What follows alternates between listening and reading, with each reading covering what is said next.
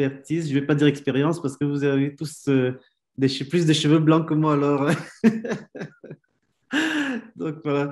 Alors, je suis, comme Yves l'a dit, donc je suis Yannick Fouda, je suis psychoéducateur de formation. Donc, j'ai une maîtrise en psychoéducation et on nous forme pour travailler pour tout ce qui est des enjeux d'adaptation. Donc, au niveau de la personne humaine, autant des tout petits que des personnes âgées. Donc, on est vraiment équipé là pour pouvoir accompagner les gens à différents stades de vie en fonction des défis qu'ils peuvent rencontrer. Alors, suite à ma maîtrise en psychoéducation que j'ai faite sur le stress, et je l'ai faite en centre jeunesse, justement avec les intervenants comment je dis ça, qui accueillent et qui accompagnent des jeunes et des familles qui ont quand même pas mal de défis. J'ai décidé de faire en fait un doctorat, une thèse sur l'épuisement en relation d'aide, qu'on appelle aussi fatigue de compassion. Donc, et là, c'est ce que je suis en train de terminer en ce moment. Je suis dans les corrections de la thèse et normalement, au mois d'avril, je devrais finir pour de bon, là. Voilà.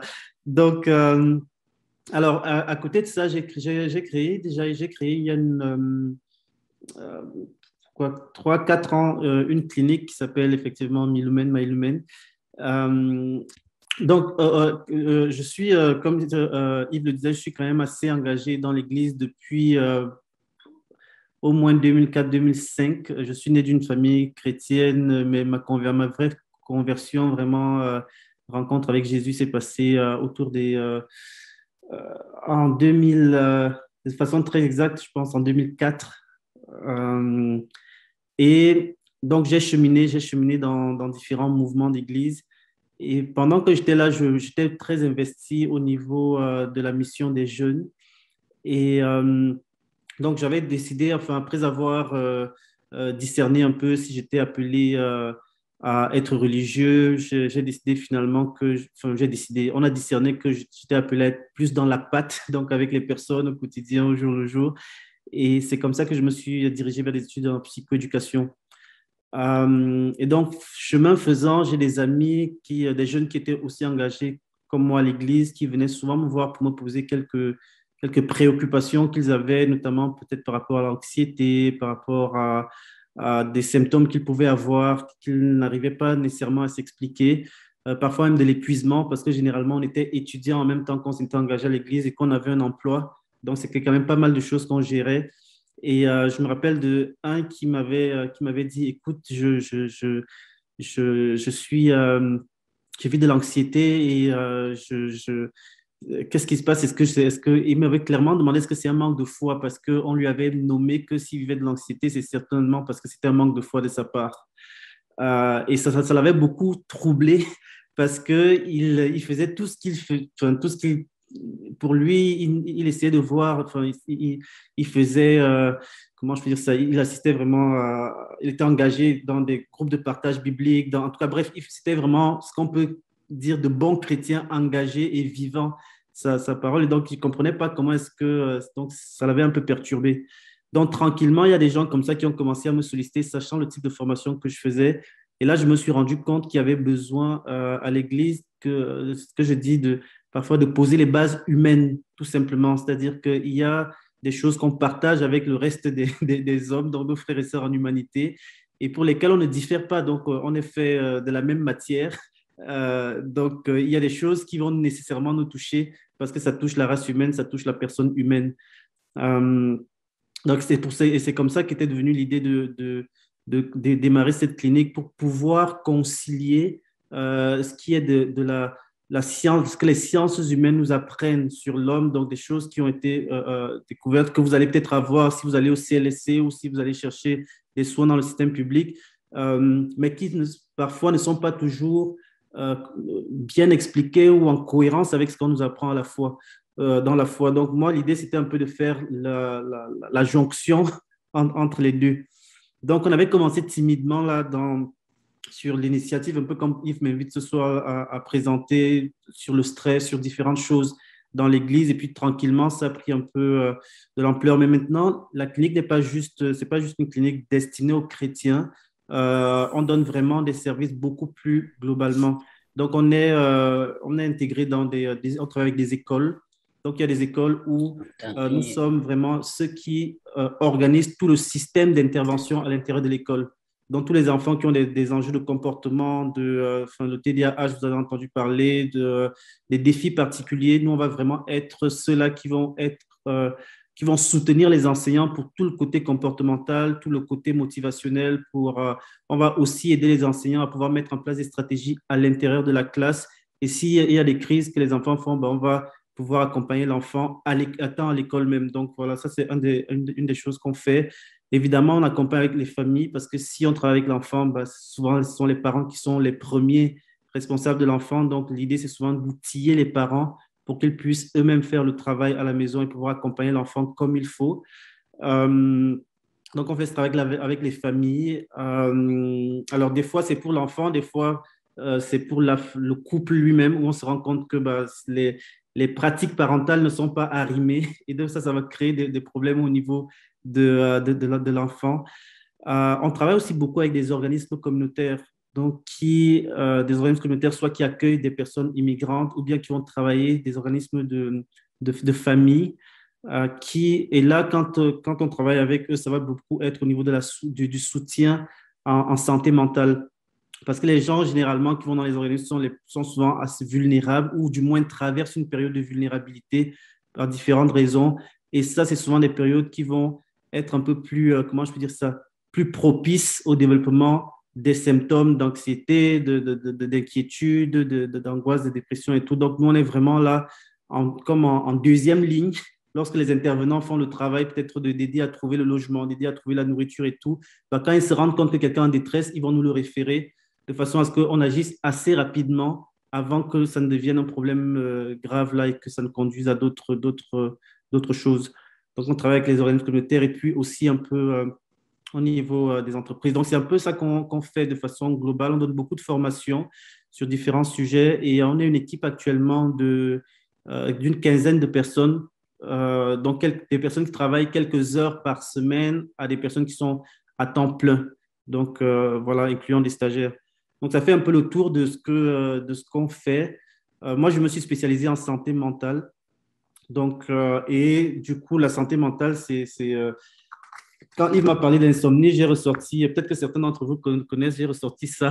Le DSM-5, c'est le manuel qu'on utilise pour tout ce qui est enjeu de santé mentale. Donc, que ce soit médecin, psychiatre, psychologue et tout ça, c'est vraiment ça qu'on va utiliser. Et l'insomnie se trouve justement là-dedans. Donc, ce qu'on va parler ce soir, ce sont des choses qui sont vraiment documentées là au niveau des sciences humaines. Moi, je vais pouvoir apporter aussi, avec les questions que vous allez me poser, un regard de foi ou faire les parallèles en fonction de ce que j'ai. Je ne suis pas pasteur, mais de ce que moi, je peux comprendre aussi de tout ça. Donc, ça fait un peu le tour en termes de présentation. Je ne sais pas s'il y avait des questions précises ou si ça va jusque-là. C'est bon? Très bien. Alors, je vais juste donner le temps de lancer ma présentation. Parfait. Donc, voilà. Alors, il m'a parlé d'insomnie hein, quand il m'a vu, il m'a dit, bon, j'aimerais un atelier sur l'insomnie. Bon, on va commencer par l'insomnie, mais on va voir que c'est quand même un peu plus large que ça. Donc, l'insomnie, c'est comme une sous-catégorie d'un ensemble de choses qu'on peut avoir et ça va aussi nous permettre, en regardant un peu ces choses, bah, c'est quoi les différentes prises qu'on pourrait avoir pour essayer de régler ou d'avoir des pistes de solutions. Je trouvais ça intéressant de faire la différence entre comment je dis ça, les différents troubles, j'aime pas trop le mot trouble, mais disons ce qu'on sait par rapport au sujet. Donc, alors, quand on parle d'insomnie, je vais commencer par ça. Là, j'ai présenté MyLumen, donc pas de souci. Alors, quand on parle d'insomnie, on va parler vraiment d'une plainte reliée à une insatisfaction par rapport à la quantité ou à la qualité de sommeil. Donc, on parle vraiment de quantité. Quelqu'un qui va dire, bah, je ne dors pas assez ou alors je dors mal. Mon sommeil n'est pas réparateur. Donc, c'est là où, dans les deux, qu'on va parler d'insomnie. Et avec trois symptômes souvent. Donc, on va parler de difficultés liées à l'endormissement. Donc, le fait de pouvoir dormir, ça me prend 30 minutes, 1 heure avant de dormir. Ou alors, j'ai réussi à dormir, mais je n'arrive pas à maintenir mon sommeil. Donc, il y aura des réveils fréquents. Si quelqu'un bouge, bah, ça me garde un peu éveillé. Ou alors, j'ai du mal à retrouver le sommeil après un réveil. Donc, ça va aussi être parmi les symptômes qu'on va regarder. Ou encore, c'est un réveil matinal précoce et puis je ne peux pas me rendormir. Je me réveille à 3 heures du matin, à 4 heures du matin et je ne peux pas me rendormir là. Donc, ça fait partie des symptômes là qu'on va souvent regarder au niveau de l'insomnie. Bien sûr, quand on dit, par exemple, quand on parle de réveil précoce, par exemple, si par exemple je me réveille à 4 heures, mais que je me suis couché à 6 heures, c'est pas considéré vraiment comme une insomnie. Donc, on suppose que le corps a eu la quantité de sommeil qu'il fallait par rapport à ça. Mais si je me suis couché à 1 heure du matin et qu'à 4 heures ou à 11 heures et qu'à 4 heures je suis debout, oui, là, ça peut être, on peut regarder comme insomnie. L'autre chose qu'on va regarder pour vraiment parler d'insomnie, et ça apparaît dans tout ce qui est enjeu de santé mentale. Il y a toujours un critère qui est nécessaire pour pouvoir parler pour pouvoir parler de troubles en termes de diagnostic. Il faut qu'il y ait de la détresse. C'est-à-dire qu'il faut que le fait que j'ai du mal à m'endormir ou que mon sommeil se coupe, que ça me génère de la détresse.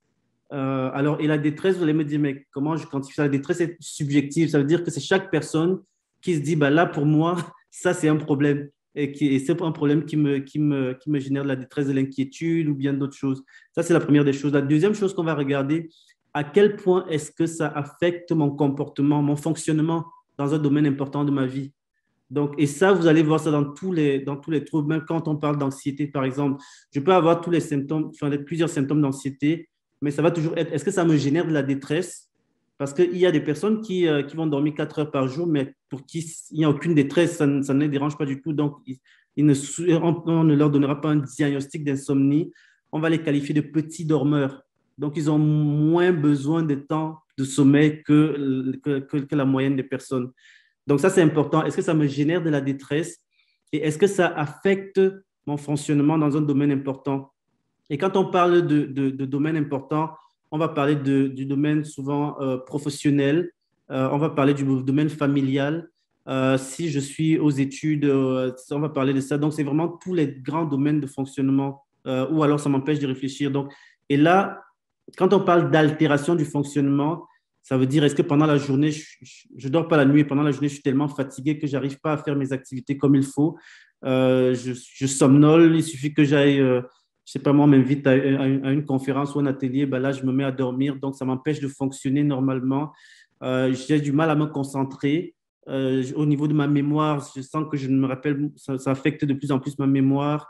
J'ai des difficultés d'attention aussi, donc vraiment être capable de pouvoir porter attention à des choses. Donc, je suis irritable. Ça arrive souvent aussi. En tout cas, moi, je sais que quand je dors mal, c'est un des symptômes que j'ai souvent. Après quelques jours, là, je commence à être irritable. Je suis moins patient envers les gens. Là, je me dis, bon, il faut quand même que tu prennes le temps d'aller dormir. Perturbation de l'humeur aussi. Donc, des gens qui vont être plus. Ça revient pas à la même chose. Donc, peut-être plus tendance à être triste ou à avoir un peu des états émotifs là, instables. Et puis, on peut retrouver plusieurs symptômes d'anxiété ou de dépression, donc des inquiétudes, le fait de ne pas vouloir peut-être faire des activités parce qu'on se replie un peu sur soi-même, parce qu'on se dit, mais là, je me sens mal, je ne dors pas bien la nuit, donc je n'ai pas l'énergie pour aller faire des choses, donc je reste à la maison. Et d'autres choses aussi qui peuvent arriver, c'est les problèmes interpersonnels. Donc, c'est sûr que si, par exemple, je suis marié et que j'ai de l'insomnie et qu'à chaque fois, moi, ma préoccupation, c'est de pouvoir me reposer et que là, ma femme me dit, bah, j'aimerais ça qu'on aille faire telle chose et que mon réflexe, c'est toujours de dire non, non, non. C'est sûr qu'à un moment donné, ça va commencer à me créer des problèmes. Et on va voir qu'il y a d'autres formes de troubles de sommeil qui vont encore plus affecter comment je dire ça, les relations avec les autres. Donc, ce sont des troubles quand même qui sont plus rares, mais qui ont un impact beaucoup plus fort. On parle par exemple des gens qui sont somnambules et qui vont commettre des actes pendant leur sommeil, et souvent des actes répréhensibles. Donc, ça fait partie des choses qui peuvent arriver. Donc, si vous avez les symptômes, les premiers symptômes là, donc difficulté d'endormissement ou réveil fréquent ou réveil matinal précoce, et qu'en plus ça vous crée de la détresse et que ça affecte votre fonctionnement, pour que vous entriez dans le critère diagnostic, un médecin puisse vous dire, OK, vous souffrez d'insomnie, il faut que ça arrive au moins 3 fois par semaine. Donc, une fois par semaine, ce n'est pas assez. Donc, il faut que ça arrive 3 fois par semaine et il faut que ça dure depuis au moins 3 mois. Donc là, on est vraiment dans les critères là, spécifiques. Et encore, il faut que ce soit quand même, ça arrive malgré de bonnes conditions de sommeil. Et ça, j'insiste là-dessus parce que c'est sûr qu'à la base, pour que je puisse dormir, il faut qu'il y ait des conditions pour ça. Donc, si les conditions ne sont pas réunies, je ne peux même pas parler d'insomnie. Je me rappelle, cet été, nous, on a acheté notre maison pendant le Covid. Et donc, pendant le Covid, il n'y avait pas de festival, il n'y avait rien. Tout était. Et là, on n'habite pas loin du pont Jacques-Cartier. Bah, qu'est-ce qui est arrivé cet été? C'est qu'il y a eu des festivals au parc Jean-Drapeau. Et là, il y a 2 nuits où on n'a pas pu dormir une fin de semaine. Je me rappelle plus, je pense que c'était un festival, je ne me rappelle plus lequel. Mais on a été obligé carrément d'aller dormir chez les parents de ma femme parce que le bruit, ça faisait vibrer toute la maison. Donc là, c'est sûr que dans ces conditions, je ne peux pas dire que je souffre d'insomnie, c'est qu'il y a une cause, les conditions ne sont pas réunies. Alors, est-ce que j'ai un bon matelas? Est-ce que, donc, en tout cas, je vais revenir sur les choses un peu plus précises, mais ça, c'est comme la base qu'il faut visiter avant de parler de problèmes d'insomnie. Donc, voilà. Euh, et l'autre chose aussi, c'est que l'insomnie, ça peut être vu comme c'est pas une maladie, mais ça peut être vu comme un problème en soi, mais ça peut aussi être vu comme un symptôme de quelque chose d'autre. Et c'est pour ça qu'on va souvent dire, pour qu'on puisse dire que quelqu'un fait un problème d'insomnie, il faut qu'on élimine d'abord tous les autres troubles de ce qu'on appelle l'alternance veille-sommeil, parce qu'il y a des problèmes qu'on peut avoir au niveau de notre santé, autres qui vont nécessairement entraîner le fait qu'on dorme mal. Alors, si c'est ça qui entraîne l'insomnie, ça veut dire que le problème, en fait, ce n'est pas l'insomnie. Le problème, c'est la maladie ou la chose qui nous dérange. C'est ça qui nous génère l'insomnie. À ce moment-là, c'est ça qu'on va chercher à aller régler et pas l'insomnie en lui-même. Donc, c'est pour ça que dans les critères là, de diagnostic, on va dire il ne faut pas qu'on puisse expliquer ça par une autre maladie ou par une consommation de substances, de médicaments, que je vais aussi revenir là-dessus. Et il ne faut pas qu'il y ait un trouble mental non plus. Alors, par exemple, si on sait par exemple que les gens qui vivent de l'anxiété, des fois, vont avoir du mal à dormir la nuit. Donc, à ce moment-là, on ne va pas caractériser ça comme étant de l'insomnie. L'insomnie devient comme un symptôme. Ce n'est pas un problème en soi, mais c'est vraiment un symptôme de l'anxiété. Donc, on va aller dans la même chose que j'ai dit tout à l'heure, on va aller travailler au niveau de l'anxiété plutôt que de travailler sur l'insomnie en lui-même. Donc, ça, ce sont des choses qu'on peut voir. Et ça va toujours être ça. Ça va toujours être de se pouvoir distinguer quand c'est vraiment de l'insomnie en soi ou quand il y a des causes qui font en sorte que ça affecte mon sommeil. Parce que la stratégie qu'on va utiliser ne sera pas la même pour pouvoir régler ça. Donc, voilà. Jusque-là, ça va. Je ne vois pas tout le monde, donc voilà. Alors, maintenant, qui est-ce que ça touche comme personne? Donc, on parle quand même d'une personne sur 3. Donc, un adulte sur 3 qui rapporte avoir des symptômes d'insomnie. C'est beaucoup ça. Donc, c'est 30%, 33%, si je vais être plus précis là, de personnes adultes qui rapportent avoir des symptômes d'insomnie. Donc, c'est beaucoup plus courant qu'on ne pense. Et pour ceux qui vont voir en médecine générale, donc qui vont voir leur médecin là, les médecins déclarent entre 10 et 20% d'adultes en moyenne qui vont leur rapporter des symptômes d'insomnie. Ce qui fait que c'est quand même quelque chose de courant. Et on voit qu'il y a entre 10 et 15% des personnes qui vont avoir des perturbations associées dans la journée, c'est-à-dire tout ce que je vous ai raconté là, donc la difficulté à se concentrer, peut-être être plus irritable, avoir moins d'énergie pour faire des activités, avoir telle chose. Donc, il y a 10 à 15% qui non seulement disent ne pas bien dormir la nuit, mais en plus, ça va se répercuter durant leur journée. Donc, c'est quand même pas mal de personnes. Et on va voir que parmi tous ces gens dans tout ce groupe-là, il y a entre 6 et 10% qui ont tous les symptômes qu'il faut pour que ce soit un diagnostic. Donc, tous qui répondent vraiment à tous les critères que je vous ai présentés là. Et il y a à peu près 6 à 10%, donc un adulte sur 10 donc, qui présente ça. On voit que c'est plus fréquent chez la femme que chez l'homme. Et on voit aussi que plus on avance en âge, bah, plus on va avoir des enjeux au niveau de l'insomnie. C'est ce qu'on regarde, on voit aussi. Et ce qui est aussi important à dire, c'est que 40 à 50 des individus qui présentent l'insomnie vont aussi avoir une autre problématique au niveau de la santé mentale. Donc, quand on parlait d'anxiété, on parlait de dépression, on parlait d'autres choses. Et ça ne veut pas dire que que j'ai le diagnostic d'anxiété, le diagnostic de dépression, mais ça peut dire que j'ai des symptômes j'ai un profil en fait dans ce sens-là.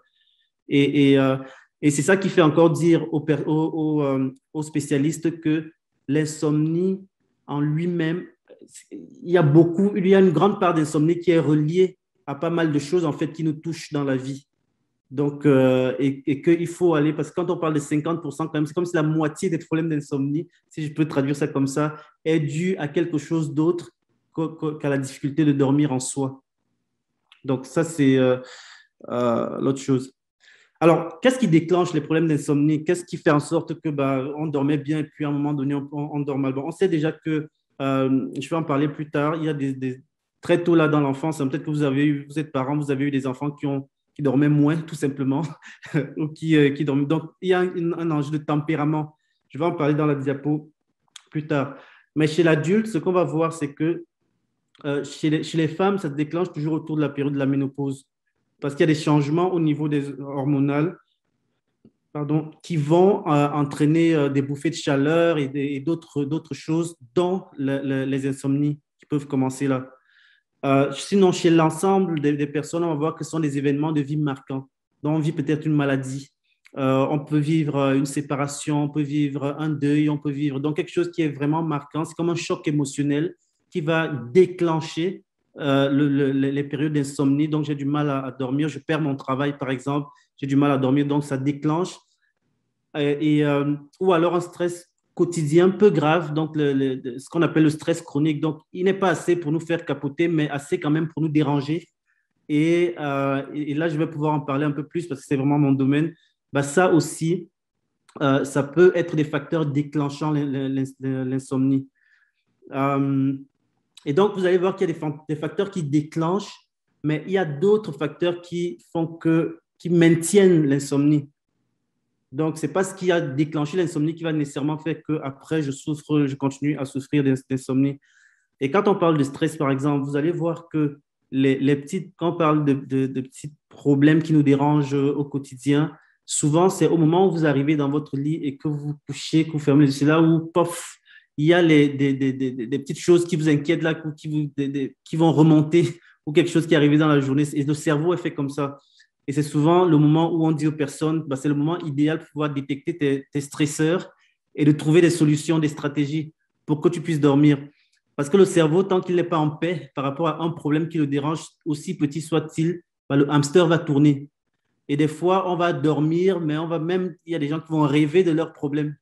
Donc, et le repos, parce que dans la journée, on est tellement pris à gauche et à droite qu'on n'a pas le temps de se poser, enfin, les inquiétudes, à moins vraiment qu'elles soient très grandes, n'ont pas le temps d'émerger. Donc, quand on se pose, c'est là que ça émerge, généralement.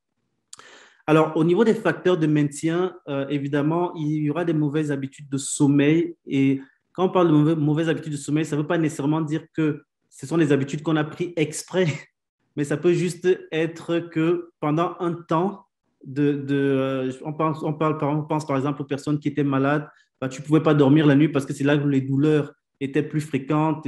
Donc, finalement, tu dormais mal, tu commençais à dormir à 2 ou à 3 heures du matin.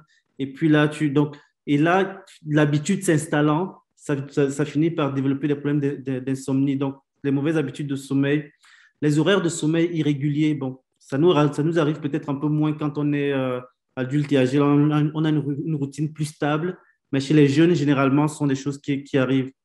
Alors, on parle aussi de saines habitudes de vie, donc euh, consommation excessive de caféine, à quelle heure est-ce que est-ce que je fais des siestes ou pas, à quelle heure je fais mes siestes, parce que généralement, on conseille de ne plus faire de siestes là, après 4 heures de l'après-midi, parce que c'est trop tard après. C'est comme si le corps ne va pas comprendre pourquoi il faut se rendormir. Donc, il y a des petites choses comme ça.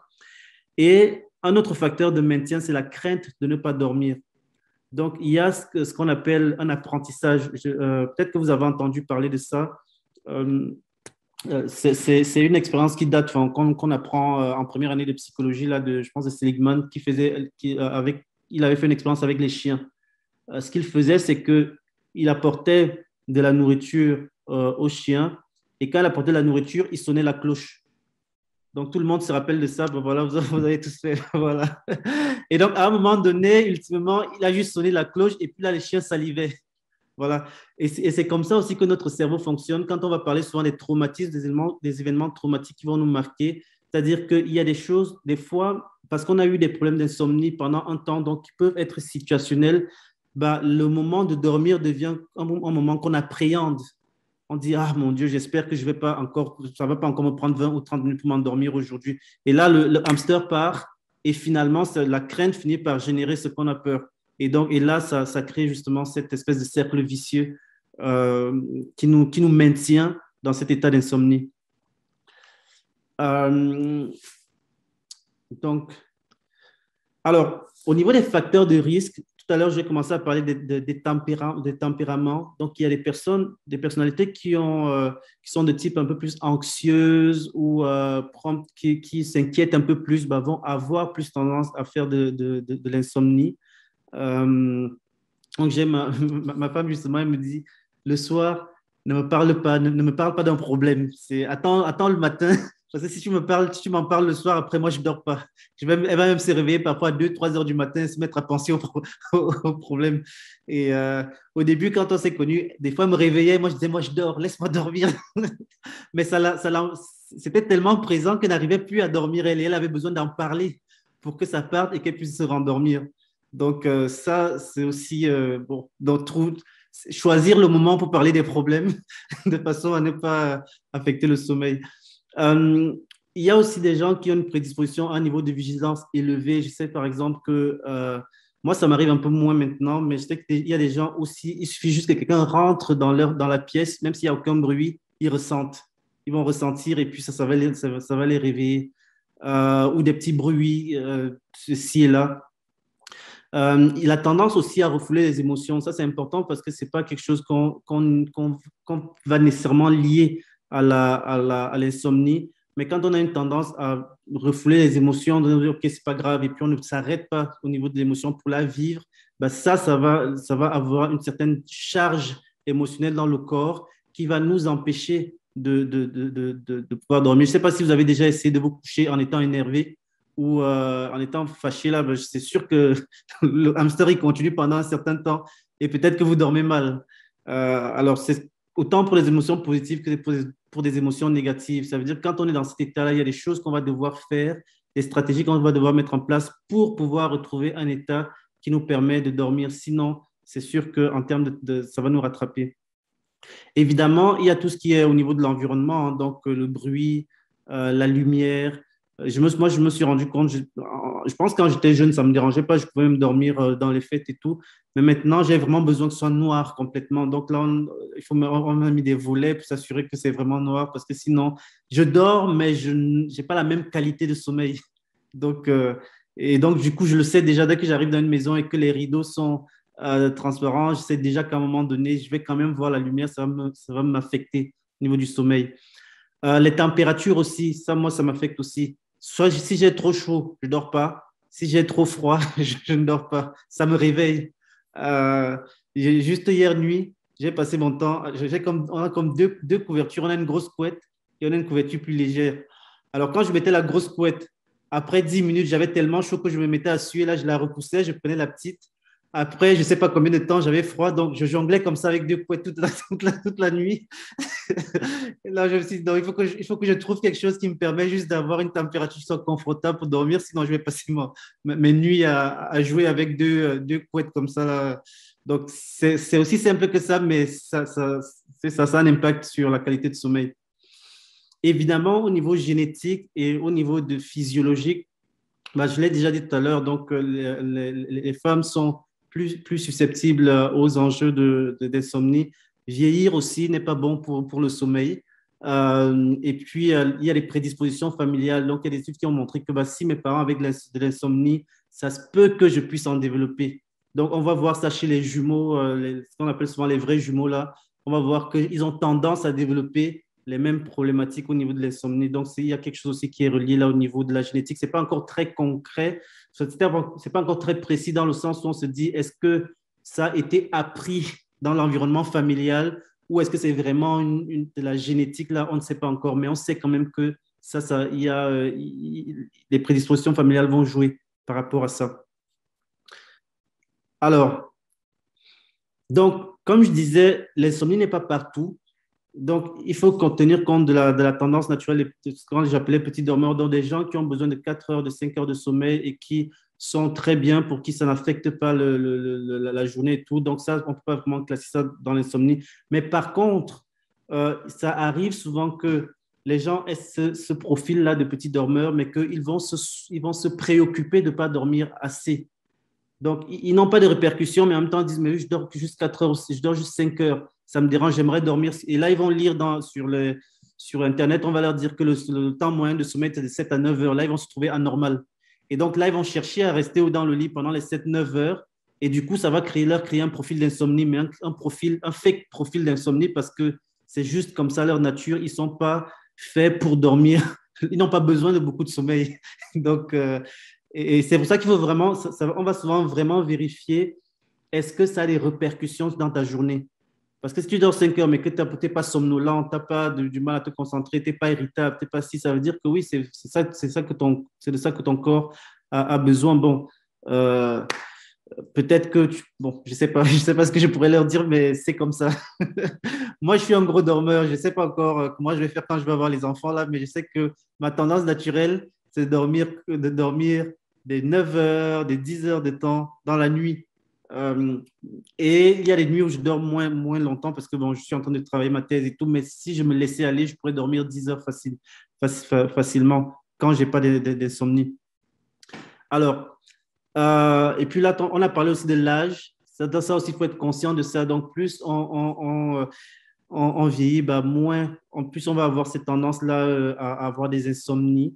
Je regardais de savoir est-ce que vraiment, quand on est âgé, est-ce qu'on a besoin de moins d'heures de sommeil? Les études disent que non, on a besoin de temps de sommeil, sauf qu'il va être réparti différemment. Donc, si on dort, par exemple, 5 heures pendant la nuit, bah, il faut s'arranger à faire une petite sieste dans la journée pour récupérer de façon à garder cet équilibre-là de sommeil. Donc, alors, les circonstances particulières aux conditions non propices, ça, on en a parlé vraiment. Il faut que l'environnement puisse permettre de dormir. Vraiment, le matelas, si je sens que le matelas m'amène des maux de dos ou d'autres choses, c'est bien d'investir là-dedans parce que finalement, ça va affecter non seulement ma santé mentale, mais ma santé physique aussi. Donc, vraiment, donc, première chose, avant de parler de problèmes d'insomnie, vraiment regarder dans l'environnement, est-ce qu'il y a quelque chose qui me dérange? Est-ce qu'il y a quelque chose qui fait en sorte que je ne peux pas bien dormir au niveau physique, là, tout simplement, avant d'aller plus loin? Et évidemment, il y a quand on a des obligations professionnelles et qu'on doit rester de longues heures à travailler la nuit et tout ça, bah, ce n'est pas vraiment de l'insomnie. Même si à un moment donné, on a du mal à reprendre le rythme normal, ce n'est pas considéré comme l'insomnie, c'est juste considéré comme bah, quelque chose de circonstanciel. Donc, voilà. Euh, alors, tout à l'heure, je vous disais que pour parler d'insomnie, il faut qu'on ait écarté tous les autres troubles d'alternance veille-sommeil. Donc, pour s'assurer que l'insomnie n'est pas un symptôme d'autre chose. Et là, je vais vous présenter un peu c'est quoi les autres. Quand je vous disais que l'insomnie, c'est comme une sous-catégorie d'un paquet d'une plus grande catégorie. Là, je vais vous parler un peu des autres et qui font partie de ce qu'on appelle les troubles d'alternance veille-sommeil. Donc, des troubles reliés au au fait de dormir. Bon, il y a ce qu'on appelle l'insomnie situationnelle. Bon, ça, je pense que c'est assez naturel. C'est une insomnie qui va durer de quelques jours à quelques semaines. Et c'est le type d'insomnie qui est le plus souvent associé à des événements de vie marquants ou à des modifications des horaires de sommeil. Donc, ça dure vraiment, c'est concis. dans le temps. Et puis, il y a des gens, par exemple, qui, en fonction des saisons, vont avoir du mal à dormir. Peut-être que l'été, ils dorment très bien, mais l'hiver, c'est un peu plus difficile. Ou bien au moment des changements de température, il y a des gens comme ça là, que ça va affecter. Mais c'est vraiment, ça va vraiment être de quelques jours à quelques semaines. Si c'est trop intense, on peut quand même le considérer comme de l'insomnie et avoir comment je dis ça, une intervention ou un traitement là, qui pourra être proposé. Mais généralement, quand la situation est retirée, si c'est par exemple un stress ou quelque chose qui est arrivé, dès que ça s'estompe, généralement le sommeil revient à la normale là. Donc c'est vraiment quelque chose de circonstanciel. Alors, il y a ce qu'on appelle les troubles d'alternance veille-sommeil qui sont liés au rythme circadien. Le rythme circadien, c'est quoi? C'est que, peut-être certainement vous le savez, le matin, quand on se réveille, on a un boost d'hormones là qui nous permettent de pouvoir avoir l'énergie et tout. Et puis, tranquillement, ça monte encore. Et puis, autour de 14 heures, je pense, ça atteint le pic et ça recommence à descendre au niveau des hormones je pense, du cortisol, même des hormones qui nous permettent d'avoir l'énergie. Et en fin de soirée, ça redescend vraiment complètement à zéro, enfin à zéro, au niveau le plus bas. Et c'est ça qui nous permet de dormir. Donc, si par exemple vous êtes stressé et que vos hormones ne sont pas redescendues, que les hormones restent là, vous ne pourrez jamais dormir, même si vous voulez dormir.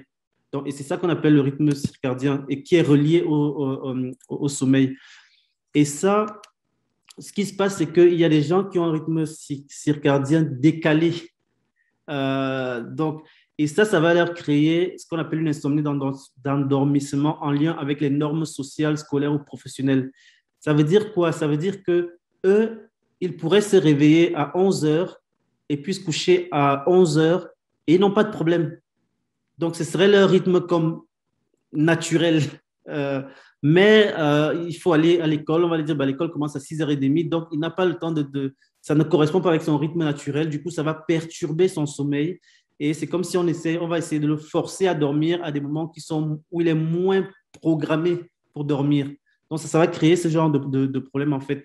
Il n'y en a pas tant que ça. On parle de 0,17% de la population générale, mais chez les adolescents, vous allez voir quand même que c'est 7%, parce que c'est un moment important justement au niveau de la croissance et qui a où les hormones sont très impliquées et tout. Donc, ça va les affecter plus ce rythme-là. Peut-être que certains d'entre vous ont eu des adolescents, ont des adolescents qui, la nuit, ne dorment pas et puis ils dorment le jour. Donc, il y a cette espèce de décalage. Alors, des fois, on disait que c'est peut-être parce que, je sais pas, ils causent trop au téléphone ou bien ils sont sur les jeux vidéo, sur les tablettes et tout. Mais il y a aussi quelque chose qui s'explique vraiment à travers leur rythme naturel, leur cycle naturel, en fait, lié aux hormones, aux hormones. Donc, ça, c'est une chose. Et ce qu'on voit aussi, c'est que chez ces personnes-là, il va y avoir, c'est comme si il y a quelque chose dans leur corps qui va être sensible, en fait, à la lumière. Donc, c'est comme si notre corps on se réveille parce qu'il y a le soleil qui arrive, ça déclenche des réactions dans notre corps et tout ça qui vont nous donner de l'énergie. Mais c'est comme s'il y a quelque chose qui est déréglé au niveau aussi de cette sensibilité à la lumière. Donc, des fois, qui va aussi pouvoir provoquer ça. Donc, vous voyez que ce n'est pas une insomnie qui est reliée à une préoccupation ou à une inquiétude ou quoi que ce soit. C'est juste que bah, c'est comme ça, c'est un temps, ça dure un temps, c'est biologique. Donc, j'ai beau lui dire couche-toi tôt, lâche ton téléphone avant, à quoi tu penses, est-ce que tu es préoccupé, tout ça, c'est juste comme ça. Donc, malheureusement, dans le système qu'on a actuellement, il va juste falloir qu'il s'adapte. Peut-être que ceux qui sont maintenant, avec le télétravail et le Covid, il y en a qui ont pu s'ajuster, profiter pour s'ajuster un peu et ne pas avoir à se réveiller à 7 heures du matin ou à 6 heures et que ça a permis de régler ça. Ensuite, on va avoir le syndrome des jambes sans repos. J'ai trouvé ça drôle comme nom, comme nom, mais et apparemment, plus on est âgé, ben, plus on a ça, et les femmes ont aussi plus ça, c'est-à-dire que le besoin de bouger les jambes, ou alors on va avoir des sensations désagréables au niveau des jambes, et quand on les bouge, on dirait que ça arrange un peu le problème, on se sent mieux. Et donc, on va avoir souvent cette tendance à vouloir bouger les jambes. Ben, qu'est-ce que ça va faire? Ça va créer des réveils ou des micro-réveils durant la nuit. Et donc, la personne aura un sommeil, elle peut dormir, mais elle aura un sommeil moins réparateur parce qu'il y a toujours cette espèce d'activation physique qui va se faire à un moment donné. Et là, on voit un peu ça chez 2 à 7% des personnes qui vont avoir ça, comme le syndrome de bouger les jambes. Euh, il y a des troubles de sommeil liés à la respiration. Donc ça, vous avez déjà certainement entendu parler de l'apnée de l'apnée du sommeil, donc où il y aura vraiment une pause respiratoire pendant le sommeil. Et donc ça va affecter la qualité du sommeil. Alors, soit il y a une pause, ça c'est l'apnée du sommeil, ou alors il y a une diminution, c'est comme si on respire moins bien. Et ça s'appelle l'hypopnée. Vous allez voir le mot est juste en bas, là, l'hypopnée de sommeil. Donc, il n'y a pas de pause, mais il y a une diminution. On respire juste moins bien. Et ça touche à peu près 2 à 15% d'adultes d'âge moyen. Donc, âge moyen, quand il parle d'âge moyen, je pense dans la quarantaine, cinquantaine, et plus de 20% chez les personnes âgées. Donc, c'est quand même important. Donc, quand on parle de 20%, c'est une personne sur 5 qui va avoir ça. Et ça va vraiment avoir un impact direct sur le sommeil. Et là encore, ça veut dire que je peux vous dire, est-ce que vous êtes stressé? Est-ce que vous êtes inquiet? Est-ce que vous vivez de l'anxiété? Est-ce que, en fait, vous pouvez être bien dans votre vie, être bien dans votre tête, avoir une bonne santé mentale, mais quand même avoir de l'apnée du sommeil. Et c'est très difficile à détecter parce que ça ne se détecte pas seul. Généralement, les gens ne sont pas conscients qu'ils font de l'apnée du sommeil ou de l'hypopnée. Donc, ça va vraiment être dans un laboratoire où ils vont vous, comment dire ça, ils vont vous demander d'aller dormir une nuit dans un laboratoire et là, on va pouvoir vous observer et mesurer à quelle fréquence est-ce que votre respiration s'arrête durant la nuit. Et là, quand on diagnostique ça, ben, généralement, il y a un traitement qui aide énormément parce que qui va améliorer de façon drastique la qualité du sommeil. Donc ça, c'est aussi, bon, plusieurs personnes ne savent pas, mais c'est quand même quelque chose qui est là. Et ce qu'on voit, c'est que 50% des personnes qui font de l'apnée de sommeil, donc qui vont avoir ces pauses respiratoires, bon, ils vont avoir des symptômes d'insomnie. Donc, l'insomnie, ce n'est pas l'insomnie le problème, mais c'est vraiment les pauses respiratoires de la nuit qui créent de l'insomnie et qu'on va avoir les problèmes d'insomnie. Et on va aussi voir que ce n'est pas juste au niveau de manque de sommeil. On va voir que 60% des personnes vont avoir un risque d'hypertension parce que c'est trop forçant en fait pour le corps qui finit par se dérégler tranquillement. Donc, du coup, ça, c'est quelque chose vraiment à aller vérifier là quand on a des symptômes d'insomnie. C'est pour ça que quand on parlait d'insomnie au départ, il disait, tu ne peux dire tu ne peux dire que tu as l'insomnie comme problème que si tu as écarté toutes les autres pistes, dont celle-ci. Donc, si on a vérifié l'apnée de sommeil, on voit que non, la respiration est bonne et tout ça, là, on peut peut-être dire que okay, c'est peut-être de l'insomnie comme problème, mais souvent, parfois, en allant faire une de ces vérifications, on va voir que c'est pas l'insomnie est un symptôme. Alors, il y a aussi ce qu'on appelle des parasomnies. Donc, c'est des phénomènes un peu plus spectaculaires, si je peux dire ça. Donc, des gens qui vont faire du somnambulisme. Ma femme me disait que dans sa famille, souvent quand ils vont dormir, ils vont lever les bras comme ça. Et moi, je l'avais vu faire une fois et j'avais eu très peur. Et, et là, moi, je baissais les bras et puis elle lève les bras comme ça. Et donc, dans leur famille, ils ont ces symptômes-là. Et il y a plusieurs symptômes comme ça, là, de mouvements ou de comportements inhabituels que les gens vont faire. On lit ça, enfin, quand j'ai un peu lu là-dessus, ça a été lié à la circulation de sang ou des choses. Donc, un peu comme on bouge les jambes, tu as juste besoin d'avoir une position confortable. Donc, il y a des gens qui vont se lever, qui vont, dans les cas de somnambulisme, là, qui vont manger, qui vont courir. J'ai un ami qui me disait, il est psychoéducateur aussi, lui me disait que parfois, ça lui arrive la nuit de se lever et de faire, de faire sa lessive. Et donc, il dit, bah, quand je fais la lessive, je suis content. Mais il dit que d'autres fois, il lui arrive, il se réveille le matin et puis tous ses habits sont défaits. Donc, c'est comme s'il fouillait des habits dans le placard pour, je sais pas, pour essayer peut-être de s'habiller ou je sais pas quoi. Et le lendemain, il se réveille, tout est en désordre. Donc, c'est des comportements qu'on peut avoir. Et évidemment, pendant qu'on fait ça, bah, on se repose. On est dans un état de sommeil, donc on n'est pas nécessairement conscient parce que ça s'accompagne souvent d'amnésie dont les gens ne se souviennent pas nécessairement, à moins qu'il y ait un témoin qui va leur dire bah, tu as fait ça, ou alors qu'ils commencent à se rendre compte qu'ils savent qu'ils le font et que lorsqu'ils vont voir les résultats, en fait, le matin, ils vont dire ah, ok, je l'ai encore fait cette nuit. Mais les gens ne sont pas toujours conscients. Donc, et évidemment, ils font quand même des efforts physiques, donc ils ne se reposent pas. Du coup, le sommeil est moins réparateur. Alors, les terreurs nocturnes, ça, on le voit souvent chez les enfants qui vont se réveiller en criant fort là, comme donc vraiment, et puis et là, ils auront du mal à se rendormir, et ça peut arriver 2, 3 fois dans la nuit, il faut vraiment venir rester avec eux pendant 1 heure pour qu'ils puissent se rendormir. Donc ça aussi, ce sont des choses qui vont affecter directement le sommeil. Donc, heureusement, il n'y a pas beaucoup de gens qui rentrent là-dedans. On parle de moins de 1% des adultes qui vivent ça. Mais quand même, 29% des adultes vont vivre un épisode, non pas 29%, oui, 29% au cours de la vie. 29% des adultes vont vivre un épisode peut-être de somnambulisme, de terreur nocturne. Dans toute la vie, là, ça peut arriver peut-être une fois. 29% vont le vivre à un moment donné ou à un autre. Voilà.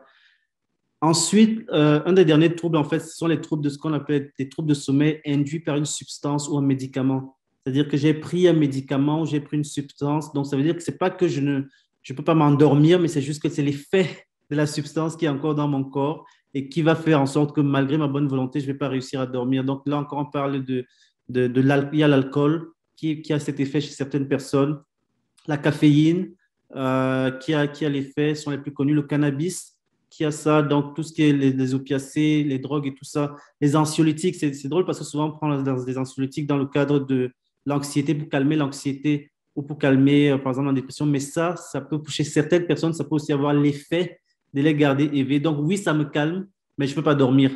Donc des fois, il y a des personnes qui ça va créer ça. Le tabac, la cocaïne, en tout cas tout ce qui est des substances vraiment qui vont venir interagir avec notre chimie interne peuvent nous tenir éveillés. Alors, ça ce sont des substances qui sont peut-être moins cochères là, mais on peut aussi penser aux médicaments.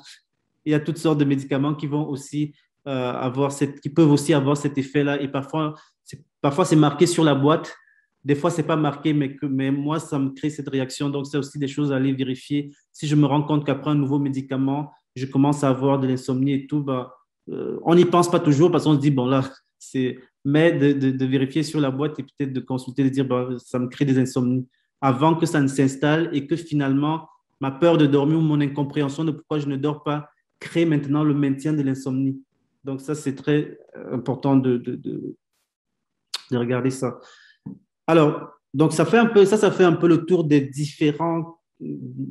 comment je peux dire ça, différentes manifestations d'insomnie qu'on peut avoir là à travers sous différents chapeaux, comme j'ai pu le dire.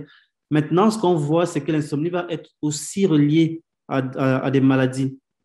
Donc, au niveau physique, l'insomnie va être reliée au diabète, aux maladies cardiaques, pulmonaires, chroniques, là, à l'arthrose, fibromyalgie et puis ce qu'on appelle d'autres maladies en fait.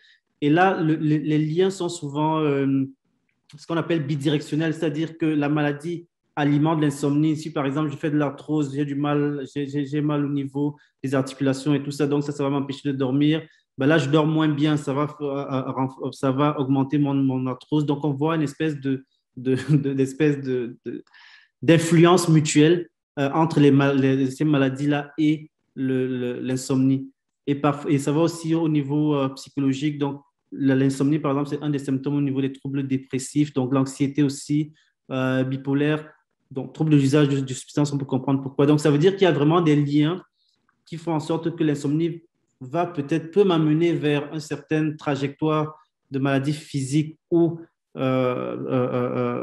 psychologique ou l'inverse, c'est-à-dire j'ai quelque chose, mais tranquillement, ça me crée de l'insomnie et puis là, l'insomnie s'installe. Donc voilà. Je ne sais pas s'il y a des questions jusque-là, ça va. Je pense qu'il me reste une dernière diapo. Alors, des pistes de solutions, si vous avez certainement suivi tout ce que j'ai raconté, vous savez déjà maintenant que si je vous dis bah,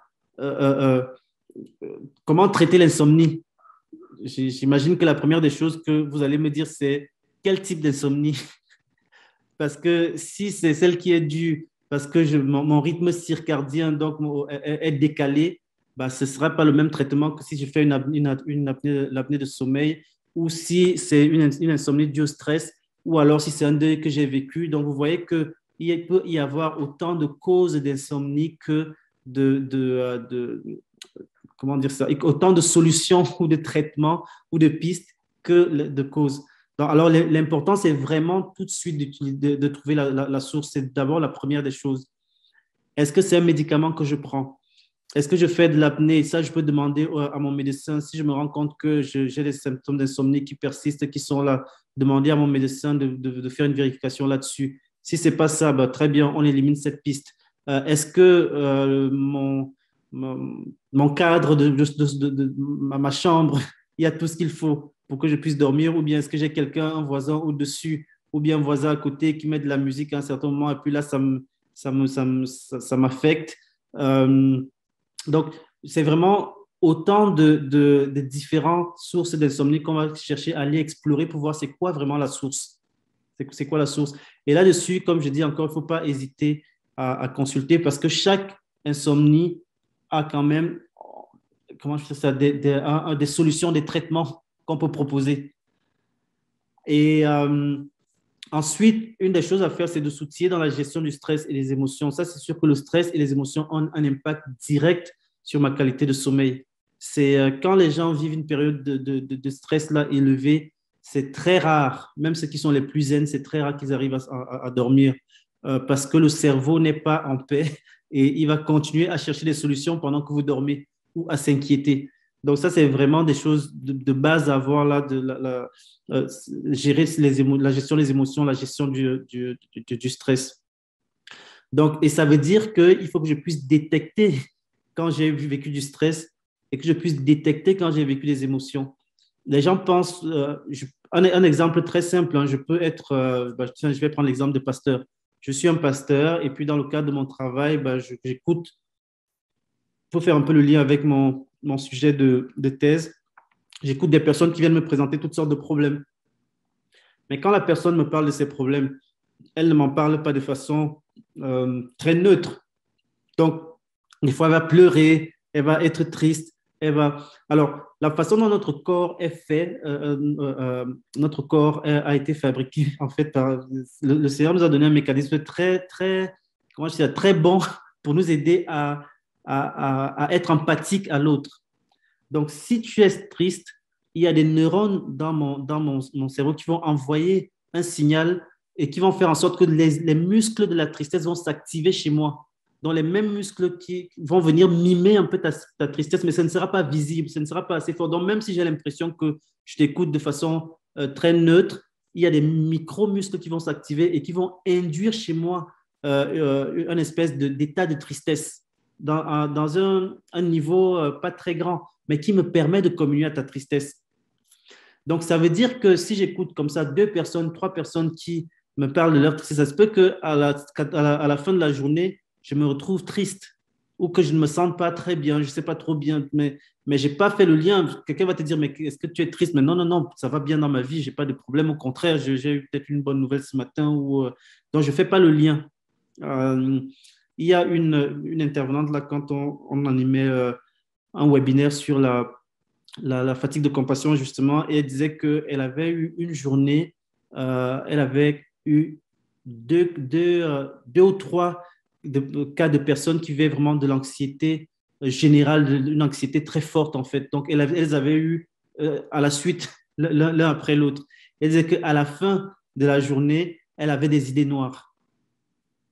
Et là, c'est en allant discuter avec la responsable clinicienne qui lui a dit, bah, parle-moi un peu de ta journée, qu'est-ce que tu as vu, qu'est-ce que tu as fait? Elle dit, ah bah oui, je comprends. Donc, et là, un truc très simple, on nous dit, bah, tu mets jamais 2 personnes qui ont des enjeux graves, l'un après l'autre. Tu mets peut-être un le mercredi, l'autre tu vas le mettre le mardi, ou bien un le matin, un l'après-midi, de façon à te donner le temps de pouvoir te rééquilibrer au niveau émotionnel. Donc, alors, pensez au quotidien, au nombre d'émotions qu'on peut vivre, à des petites choses qui peuvent nous stresser et tout ça. Donc, si on n'a pas une bonne stratégie de gestion de stress, c'est sûr qu'on arrive dans notre lit le soir, on est chargé on peut être chargé émotionnellement et même au niveau des hormones, donc difficile de pouvoir s'endormir. Ça va prendre un certain temps, même si on est sur notre lit, pour que tout ça puisse se calmer et qu'on arrive à un état où on pourrait commencer à dormir. Donc, et là, on peut penser que c'est de l'insomnie, mais c'est juste que bah, on est chargé et puis le corps a besoin de ce temps-là pour pouvoir pouvoir se remettre. Alors, une routine, ça aide. Donc, vraiment d'avoir une routine, une bonne routine, là, ça ne veut pas dire de faire de nous des robots, mais d'essayer toujours d'avoir une régularité. Ça aide beaucoup le corps. Au moment où je me lève, au moment où je me couche, si je me rends compte que ça me fait du bien de faire une sieste, bah, plus on vieillit, plus on nous conseille de faire des siestes, bah, je fais une sieste. Si je me rends compte que quand je fais la sieste, bah, le soir, j'ai un peu plus de mal à dormir, je vais prendre autre chose. Donc, il faut vraiment développer une routine en fonction de moi. Il y a des personnes qui vont, avant de dormir, ils vont avoir besoin d'aller faire leur marche du soir. Donc, une petite marche là de 30 minutes, de 1 heure, et ça va leur faire du bien. Ça va permettre comme de faire la transition avec la journée. Quand ils arrivent, ils sont calmes, ils peuvent se coucher. Il y a d'autres personnes qui vont faire d'autres choses. Bon. Alors, ne pas utiliser d'écran, on dit au moins 1 heure avant d'aller au lit. Alors, ce qui a été documenté avec les écrans, là, j'avais envoyé un lien à Yves, peut-être qu'on pourra vous le renvoyer. C'est une très, très bonne série qui a été faite, je pense, sur Netflix ou sur Crave, en tout cas, je ne me rappelle plus exactement. Et ça parle du lien entre les écrans et le sommeil. Et ça montre en fait à quel point est-ce que nos écrans, la lumière qui sort de nos écrans, n'est pas, va stimuler et souvent surstimuler notre cerveau et le garder en état d'éveil plus longtemps que c'est pas pour rien que le soleil se lève, le soleil se couche. Donc, et nos écrans gardent un certain type de luminosité qui continue qui ont une influence sur notre cerveau et vont nous empêcher de dormir. Donc, oui, faire la lecture avant de dormir, mais peut-être pas la lecture sur une tablette. Mais je sais que maintenant, on a beaucoup de livres sur les tablettes, on a beaucoup de choses sur les tablettes et qu'on va peut-être vouloir lire. Donc, la lecture va me faire du bien, mais la luminosité va peut-être créer d'autres choses. Alors, des fois, il y a des appareils qui permettent de régler la luminosité. Donc, peut-être la baisser au maximum si vraiment on veut utiliser l'écran. Mais idéalement, on essaie d'éviter. Là, je parlais de gérer son énergie avant d'aller au lit. Bon, ça revient un peu à la même chose que j'ai raconté par rapport au stress. L'alimentation, évidemment, va jouer. Il y a des gens qui ils savent que s'ils mangent après une certaine heure, bah, la digestion va être compliquée durant la nuit. Ça va se passer durant la nuit, ça va les réveiller. Le type d'aliment qu'on mange, donc ça, c'est à vérifier. Et des fois, il arrive effectivement qu'on puisse avoir besoin de médicaments dans certains cas. Comme vous avez vu, dans tous les types d'insomnie que je vous ai montrés, il y a des types qui sont très reliés à notre physiologie, donc aux substances. Donc, c'est sûr que si c'est relié aux substances, je peux bien faire toutes les techniques de gestion de stress ou d'anxiété que je veux, ça ne va pas régler le problème. Donc, des fois, la substance permet d'aller soit diminuer l'excès d'hormones qu'il y a pour que je puisse me trouver dans un état où je peux dormir, ou alors peut-être d'aller les lever pour que je puisse me réveiller. Donc, ça peut aussi. Mais généralement, c'est comme le dernier recours. C'est vraiment le dernier recours quand on a essayé, on a exploré toutes les pistes, on a essayé toutes les solutions. Là, on se rend compte que bon, il faut peut-être aller vers une solution de médicaments et qui va aider parce que n'oubliez pas, l'idée, c'est quoi? C'est que quand on fait des réelles insomnies, ça a un impact sur notre fonctionnement dans la journée et donc ça peut avoir un impact sur notre capacité à travailler, sur nos liens avec les autres et tout. Donc parfois, avoir un médicament comme ça, dans les cas où on n'arrive pas à trouver une solution va aider. C'est aussi un peu comme le cas de la dépression. Ce qu'on sait, par exemple, au niveau de la dépression, ou quand on va faire des traitements au niveau de la dépression, de l'anxiété, c'est que dans la majeure partie des cas, ce qui va aider, c'est la psychothérapie. C'est le traitement qui est le plus efficace. Mais on sait qu'il y a des gens qui se sont rendus trop loin. Et donc, il faut qu'on leur donne un peu des médicaments pour qu'ils soient juste capables d'avoir les capacités de concentration qu'il faut pour pouvoir faire la psychothérapie, d'introspection qu'il faut pouvoir parler de ce qu'ils vivent. Et donc, on va allier la médication à la psychothérapie et aider la personne et éventuellement la personne va pouvoir lâcher la médication. Et moi, je trouve toujours ça très drôle parce qu'on dit Dieu créa tout par la parole. Et là, c'est quand la psychothérapie, c'est la thérapie par la parole en fait. Donc, et ça fait un peu le lien. Bon, ça, c'est la partie que je voulais vous présenter là rapidement avant qu'on ne puisse aller vers des questions un peu plus précises. Si vous voulez que je répète des choses et tout, ça me fera vraiment plaisir, mais ça fait un peu le tour de ce que je voulais vous présenter. Voilà. Merci. Bravo, merci beaucoup, Yannick. C'est très élaboré. J'avais déjà été à une conférence sur l'insomnie, mais j'ai eu à peu près le 10% de ce que tu viens de nous donner en moins de temps. Donc, c'est beaucoup de choses à évaluer et Oui. tout. Et donc, Au besoin, je peux aussi vous envoyer la diapositive, là, enfin, le PowerPoint, je peux vous envoyer le document, comme ça vous n'aurez pas à retenir, vous allez pouvoir lire et regarder, d'accord, évaluer, oui. d'accord. Un gros merci. Si. Il y a, il y a une étude qui a été faite par le Centre d'études sur le stress humain par Dr Sonia Lupien et ils ont comparé les gens qui lisaient les journaux le matin, donc dans les métros et tout ça, et ceux qui n'en lisaient pas. Et ils se sont rendus compte que ceux qui lisaient les journaux le matin étaient plus stressés, déclaraient être plus stressés pendant la journée que ceux qui ne lisaient pas les journaux. Donc oui, les journaux ont définitivement un impact parce que souvent, c'est 90% de mauvaises nouvelles ou de problèmes. Et puis, si on est chanceux, un 10% de bonnes nouvelles. Oui. Donc, le lien entre l'insomnie et la gestion du stress et des émotions. OK. Alors, c'est sûr que effectivement, le stress va être un déclencheur, comme je l'ai mentionné. Et c'est pas pour rien d'ailleurs que euh, tout à l'heure, quand je vous faisais la présentation, on disait que l'insomnie va être reliée à l'anxiété souvent et à la dépression. Et ce qu'on sait, c'est que le stress, comment dire ça, c'est comme la porte, ce que je dis souvent, c'est comme la porte d'entrée. Si je suis très stressé de façon chronique, c'est comme si c'est une porte que j'ouvre et les chambres de la maison, ça va être l'anxiété, la dépression. Donc, le stress est impliqué dans le développement de beaucoup de troubles de santé mentale. Et pas juste l'anxiété, la dépression, mais l'épuisement professionnel, c'est aussi le stress. On commence même à soupçonner le stress dans certaines maladies, donc maladies cardiaques, de cancer. Donc, il y a quand même pas mal de choses qui sont reliées au stress. Et c'est de plus en plus connu, parce qu'avant, on pensait que le stress, était juste dans ta tête. C'est parce que tu n'étais pas assez fort pour gérer les choses, mais c'est très biologique, très physique. Donc, lorsque votre cerveau détecte qu'il y a un stresseur dans l'environnement, ce qu'il va faire, c'est il va donner un ordre, en fait. Donc, il y a des hormones qui vont être relâchées dans votre corps. Donc, c'est très physique, cette affaire. Et quand les hormones sont relâchées dans votre corps, ça va, à l'intérieur d'une dizaine de minutes, donc ça va d'abord déclencher tout un ensemble de choses dans votre corps. Donc, certaines personnes vont avoir les mêmes moites, certaines personnes, le cœur va battre plus vite, certaines personnes vont avoir de la sueur, certaines personnes vont avoir de l'estomac noué. Enfin, j'ai mal à l'estomac là.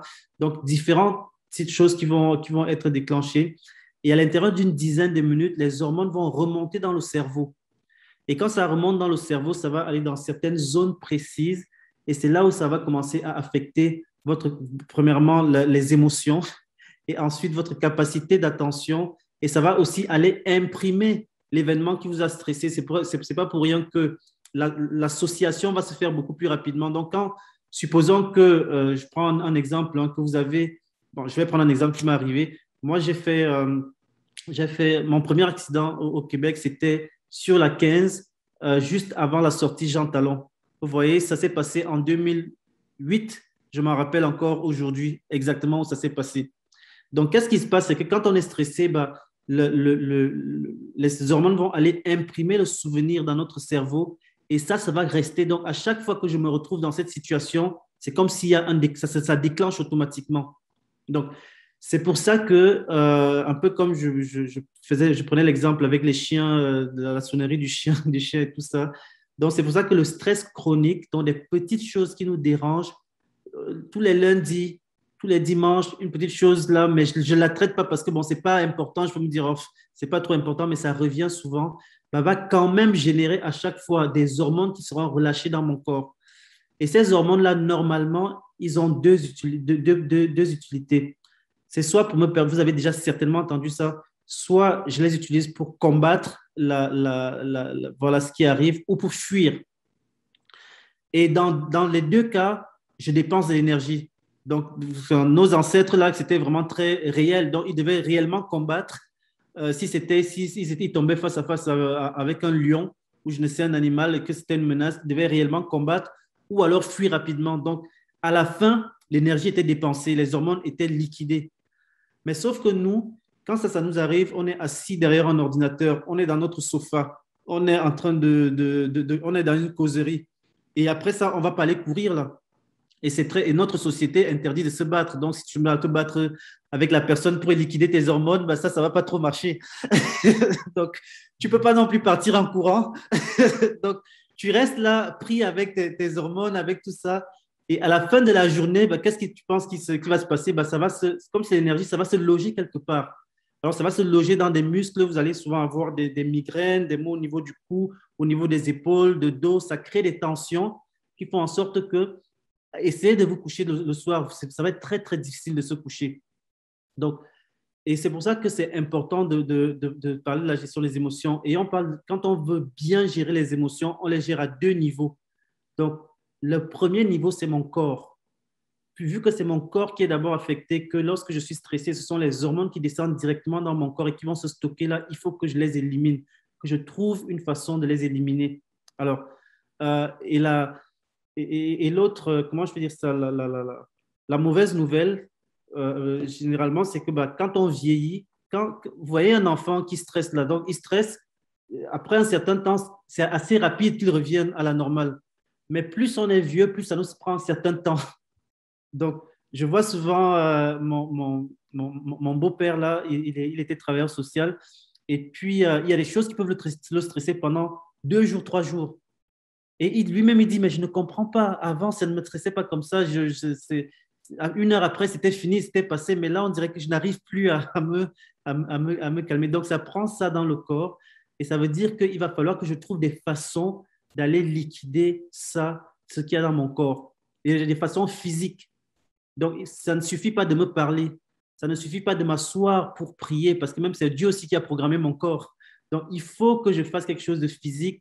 C'est pour ça que la petite marche, souvent le soir, est bien, parce que généralement, à une certaine heure, on espère qu'on est plus stressé là, après 8 heures, qu'on n'a plus de coups de fil ou autre chose. Donc, c'est le bon moment d'aller liquider tout ça et puis de se préparer à dormir. Ou si on sent le moment où on a été stressé, supposons que j'ai été à une réunion et qu'il y a eu quelque chose de ça, que ça m'a stressé, ben, en sortant de la réunion, je vais peut-être dire, OK, je vais m'arrêter, faire une petite marche de 15 minutes là, pour que le hamster finisse de parler et que je passe à autre chose, au lieu de rentrer avec ça à la maison et puis que ça continue à faire. Donc, physiquement, il faut vraiment que je fasse quelque chose. Si vous faites de la Zumba ou je ne sais pas trop quoi, danser, c'est bon. En tout cas, bref, n'importe quoi qui vous fait faire du sport. Ça, c'est la première des choses. Et la deuxième des choses, ça va être de regarder qu'est-ce qui m'a stressé. Et quand on parle de la première des choses que je disais, on appelle souvent ça les techniques basées sur la gestion des émotions. Parce que les émotions, c'est très physique. Donc, il faut que je les liquide. Maintenant, la deuxième des choses, c'est qu'est-ce qui m'a stressé? Si c'est quelque chose qui est situationnel, je ne sais pas, je traversais la route et puis là, il y a un chien qui a voulu sauter sur moi, là, ça m'a stressé. Bon, c'est sûr que je me dis, bon, c'est arrivé une fois, bon, il y a de fortes chances que ça ne se reproduise pas. Mais si c'est quelque chose qui est parce que je travaille à mon travail ou à mon église ou dans le groupe où je suis souvent, c'est quelqu'un qui vient toujours, alors il faut que je trouve une solution. Et c'est là où on parlait de stratégie basée sur la résolution de problèmes. Qu'est-ce que je vais pouvoir faire pour pouvoir gérer résoudre ce problème? Parce que si je ne le résous pas, il va toujours rester là, le cerveau va toujours continuer à pédaler, à pédaler et à pédaler. Donc, bon, ça fait en quelques 30 secondes, 1 minute, là, un mini cours de gestion de stress, mais si vous voulez, je pourrais revenir pour ça. Là, on l'a fait avec Catherine de façon un peu plus développée pour vous donner des outils plus concrets.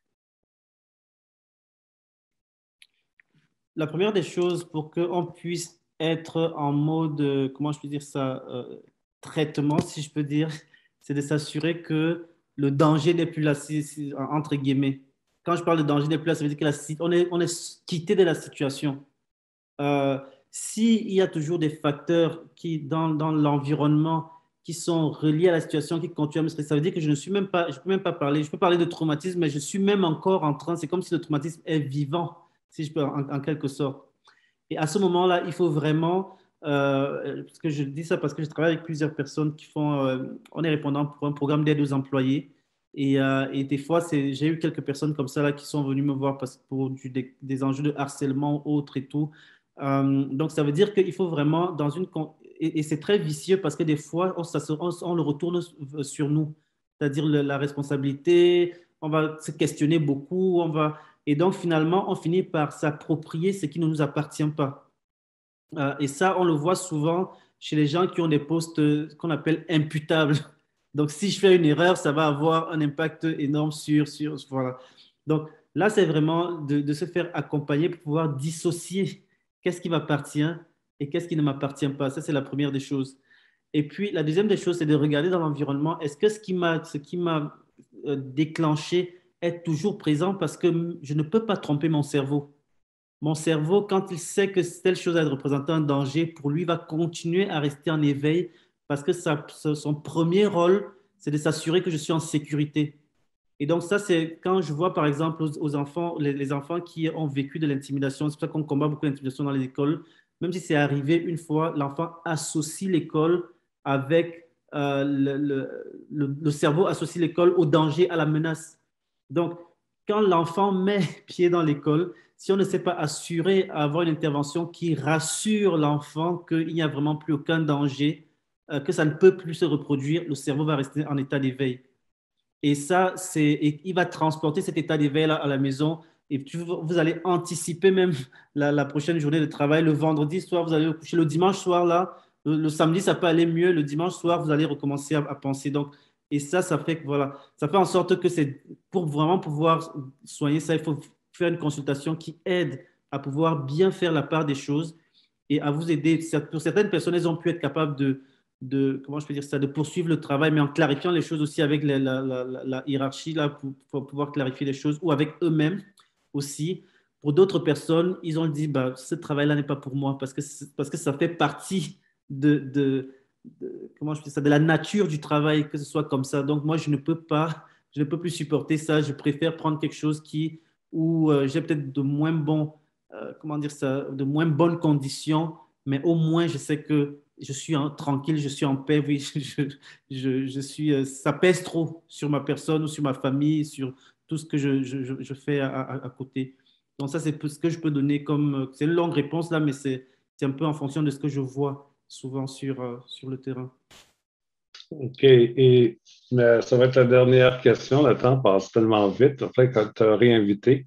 Donc, au niveau de spiritualité, parce que toi, tu es quelqu'un qui a Oui, la foi et tu gères avec des gens qui ont la foi, d'autres qui n'ont pas la foi.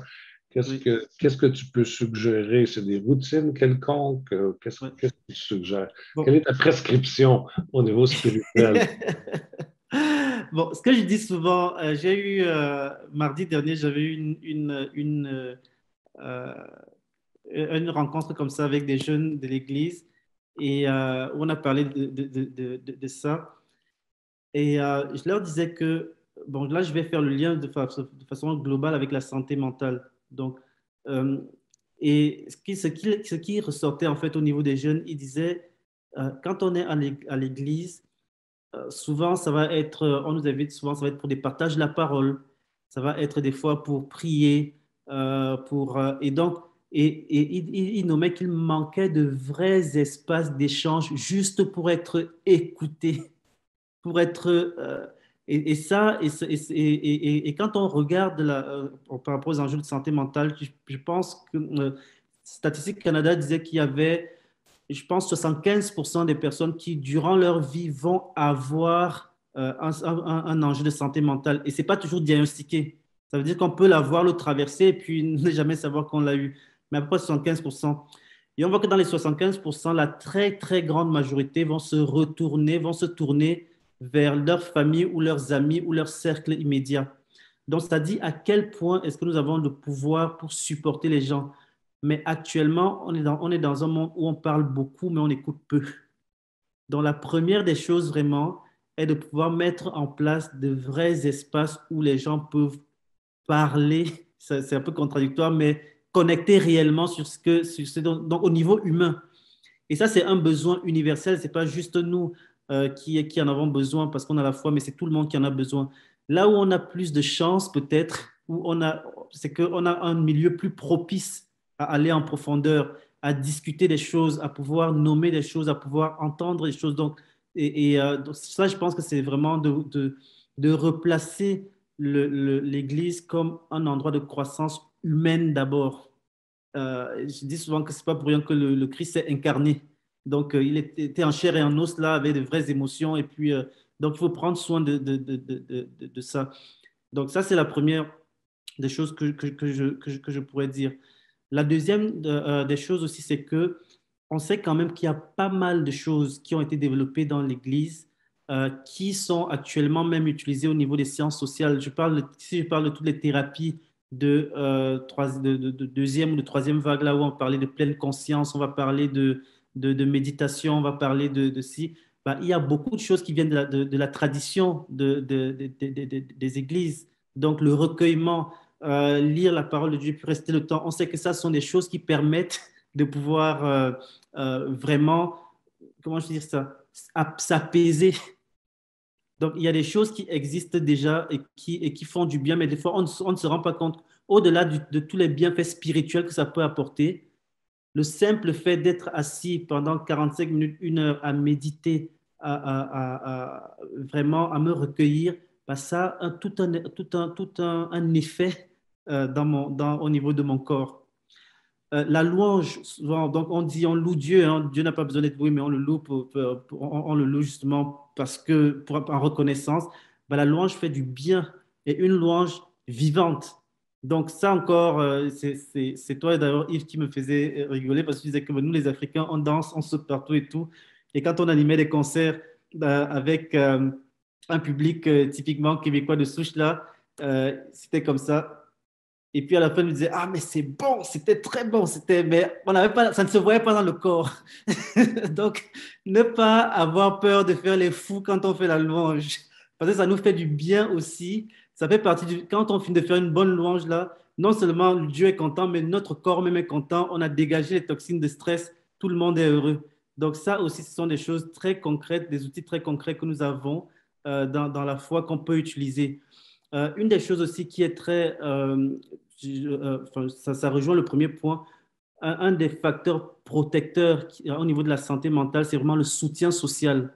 Donc ça aussi, je sais que dans les églises, on le fait déjà d'avoir peut-être quelqu'un avec qui on discute plus, donc vraiment un réel soutien social, donc il brisait l'isolement, parce que si je suis seul, mes problèmes restent dans ma tête et j'aurai moins de tendance à dormir le soir parce que je vais rester avec mes problèmes. Donc, il me faut quelqu'un où je puisse verbaliser toutes ces choses-là. Une autre étude qui a été faite, ils ont vu que la charité, en fait, permet de diminuer le stress. Et c'est drôle parce que dans la Bible, on dit la charité couvre une multitude de fautes.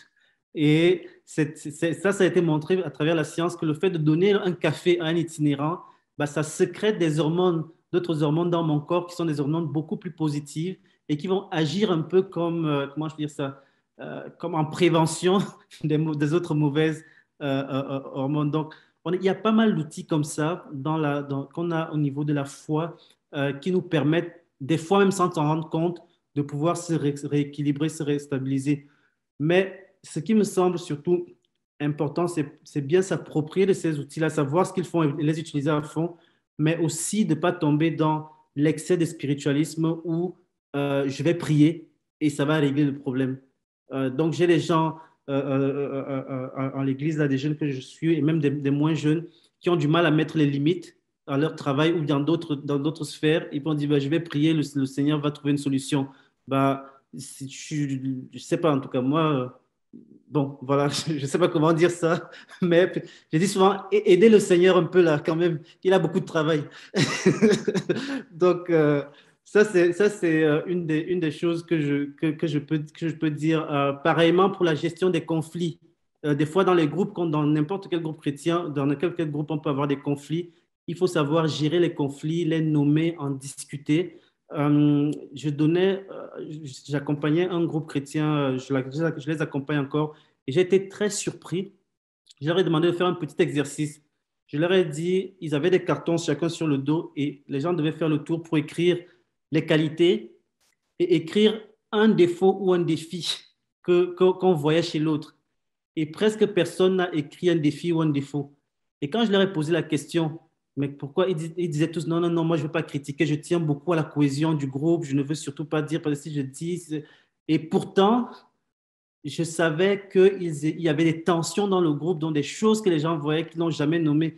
Et là, je leur disais, mais comment vous espérez que ça change? C'est-à-dire que vous vous plaignez du comportement d'un frère, mais personne ne lui a jamais dit, donc il n'est même pas conscient. Mais comment vous espérez que ça change? On va prier, le Seigneur va toucher son cœur. Bon, quand même, je pense que la Bible dit quelque part d'exhorter son frère. Donc, si je n'ai pas les... Et ça s'apprend aussi, hein, comment apporter une bonne critique qui va permettre à l'autre de grandir et comment recevoir la critique. Donc, il y a beaucoup de choses comme ça là qu'on peut développer à l'intérieur de l'Église et qui vont nous aider à être une meilleure communauté en santé spirituelle, mais aussi en santé émotionnelle, en santé physique, tout simplement. Yannick, merci tellement. En tout cas, qu'on pourrait continuer et continuer.